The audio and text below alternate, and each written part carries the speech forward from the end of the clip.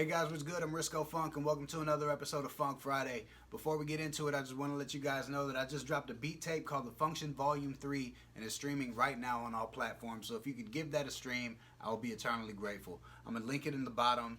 So give me your feedback, let me know what you think about it, and I appreciate you guys' time. So without any further ado, we're going to get into it now. I'm going to be mixing a beat from one of my subscribers. He goes by Sub-Zero Music. I'm going to tag his social media handles at the bottom so you can follow him, check out his music, all that good stuff. So now let's hop into Ableton. I'm going to show you guys how I mix this beat. First, I'm going to play his version just so you guys get an idea of what the beat sounded like, and then I'll play you mine so you can A and B and hear the difference in before and after. So here's his mix.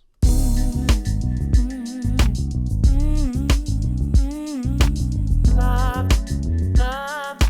I love you. Sounds dope. There's nothing really wrong with it. I just wanted to go in and clean a little bit up and just take out whatever didn't absolutely need to be there and bring out the things that did. So here's my mix.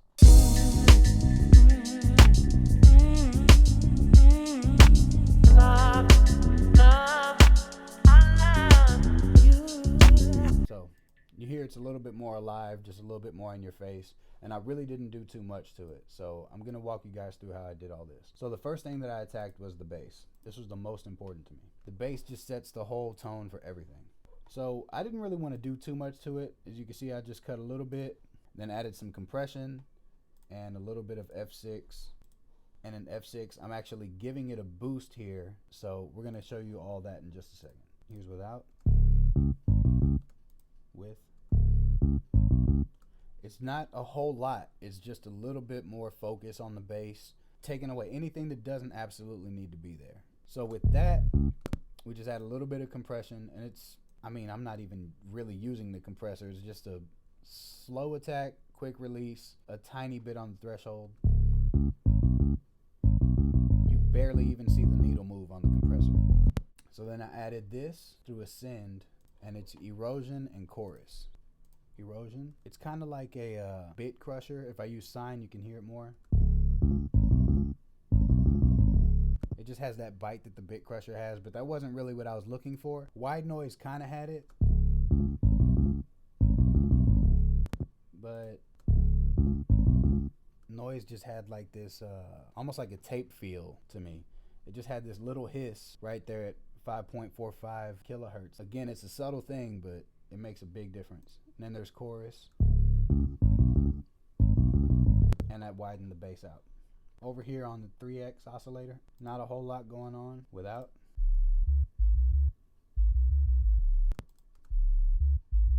It's just more focused. Oh, and guys, if you're not listening to this with headphones, you're kind of missing out. So if you have some, please use them. Your laptop speakers or your phone speakers aren't going to do this part justice. So here we do more focusing with Submarine.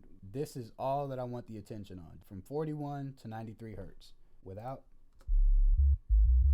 with. It just adds a little bit of that body to it. And then again with the compressor, slow attack, quick release, tiny threshold, and all these are small adjustments. Without, with. It's more contained, it's got a little bit more punch to it. Add the boo bass on top. All right, and then we got the F6 over here, and this is really sidechain to the kick. So it's taking a dip right here at 140, and then we're giving it a boost at 46, just to add a little bit more body to the kick. So let's go to the kick, because that's exactly what I mixed right after that. Turn off the plugins. So as you can see, without doing any EQ or anything, I had already made space for the kick. So now let's turn on the EQ, and I just gave it a little bit of boost right here. Well, 4 dB is kind of a big boost, but I had a lot of headroom to work with. You'll see we're hitting -12, even with a 4 dB boost.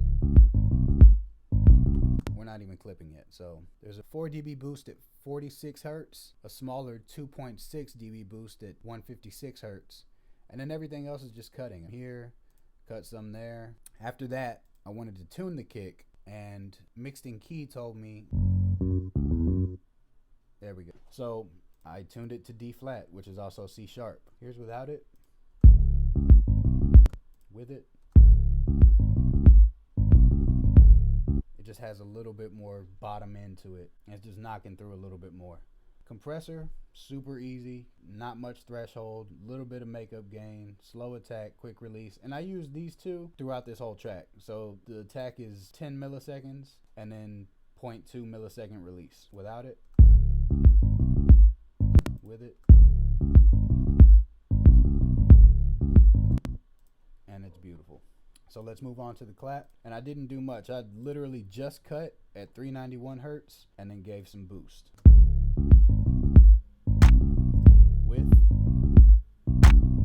Brings it to the front just a little bit more. Same thing over here on the snare. Not a whole lot going on, just a little cut and a tiny boost on the compressor.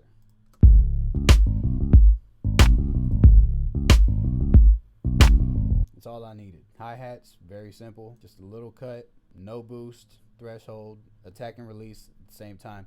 Doing the attack and release this way allowed for everything to kind of have the same groove. So keep that in mind when you're mixing. Here's without. With. It's just a little bit more focused, and that's all we need. So let's move on to the shakers. Without. With. Alright.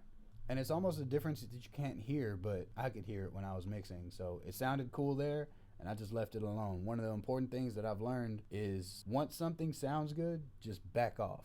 Leave it alone, move on. Now the perk, I actually had a lot of fun with. So I went in, I cut, and I didn't even use the compressor. Without.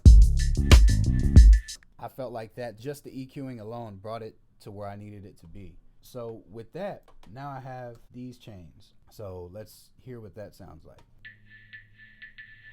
Okay, that's the dry signal, and then here's with it. Next thing I did was I added a delay and a compressor being used as a side chain. I'm not really boosting anything. Now the crashes, I didn't EQ them or compress them individually. I just kind of grouped them all together, and I did mid-side EQing. So everything in the middle doesn't even exist anymore. On the side, I just wanted to boost a little bit, and then I just did a little bit of compression. What I did do on these individually is send them to a reverb. Without, with, it's just bigger. It just takes up some space, adds a little sparkle to the room of the track.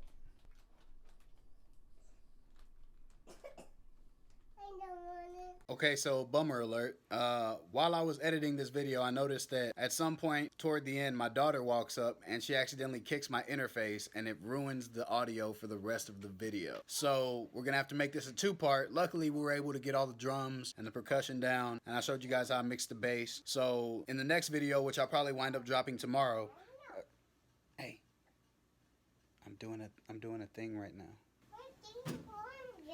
It's a video. A video? Yeah, it's a video. Can you let me do the... for just a second? Real quick. Okay, so tomorrow I'll drop the video where I do the pads, the keys, the vocal sample, and I'll show you guys my mixing chain and my mastering chain.